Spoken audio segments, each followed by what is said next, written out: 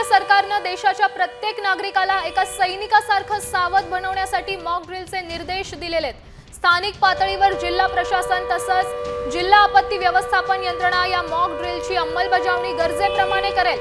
यावेळी सायरन वाजवण्यात येणार आहे। त्यावेळी सायरन कुठे कुठे वाजणार आहे पाहूया।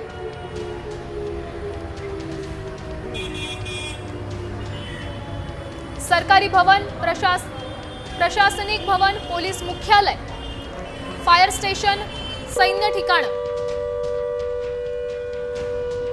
शहरातील मोठे बाजार, गर्दीच्या जागा, सायरन वाजल्यावर घाबरून जाऊ नका। सायरन वाजल्यावर उघड्या जागेवरून दूर व्हा। टीव्ही, रेडिओ, सरकारी अलर्ट्सवर लक्ष द्या। अफवांवर विश्वास ठेवू नका। सरकार देत असलेल्या सूचनांवर लक्ष द्या।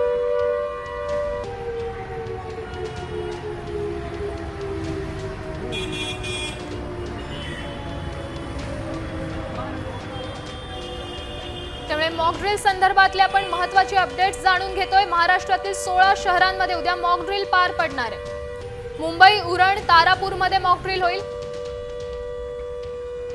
या संदर्भात अधिकची माहिती देण्यासाठी प्रमोद जगताप आपले प्रतिनिधी आपल्यासोबत जोडले गेलेत। हे मॉक ड्रिल पार पडेल यावेळी काय सूचना देण्यात येतील?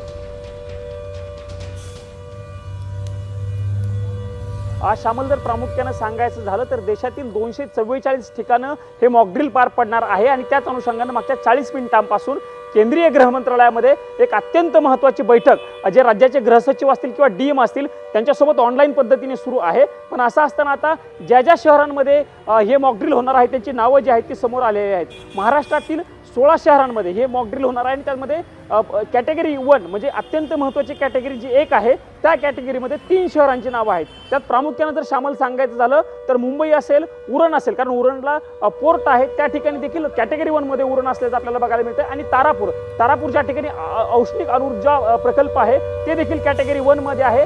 या 3 कॅटेगरी 1 मधील शहरांमध्ये मॉकड्रिल होणार आहे। कॅटेगरी 2 मधील जर श्यामल सांगायला गेलं तर ठाणे असेल, पुणे असेल, नाशिक असेल, त्यानंतर रोहा असेल, मनमाड असेल, सिन्नर असेल, त्यानंतर पिंपरी चिंचवड असेल, या सगळ्या महत्त्वाच्या ठिकाणांवरती किंवा या शहरांमध्ये कॅटेगरी 2 नुसार मॉकड्रिल पार पडेल आणि 3 नंबरच्या कॅटेगरीमध्ये औरंगाबाद, भुसावळ, रायगड, रत्नागिरी आणि सिंधुदुर्ग ही 5 महत्त्वाची शहरं असल्याचं आपल्याला बघायला मिळतंय। खरं तर राज्याची तयारी जी आहे ती मॉकड्रिलच्या अनुषंगानं पूर्ण असल्याचं राज्य सरकारकडनं किंवा राज्यातील प्रशासनाकडनं सांगितलं गेलं आहे आणि त्याच अनुषंगानं आजची बैठक केंद्रीय गृह मंत्रालयामध्ये होते। ती बैठक देखील महत्त्वाची असणार आहे। पण त्या बैठकीच्या पार्श्वभूमीवरती महाराष्ट्रातील 16 अत्यंत महत्त्वाची शहरं या मॉकड्रिलसाठी निवडली गेली आहे। खरं तर नागरिकांनी सतर्क राहण्याच्या सूचना केंद्रीय गृह मंत्रालयाकडनं कालच दिल्या गेलेल्या आहेत।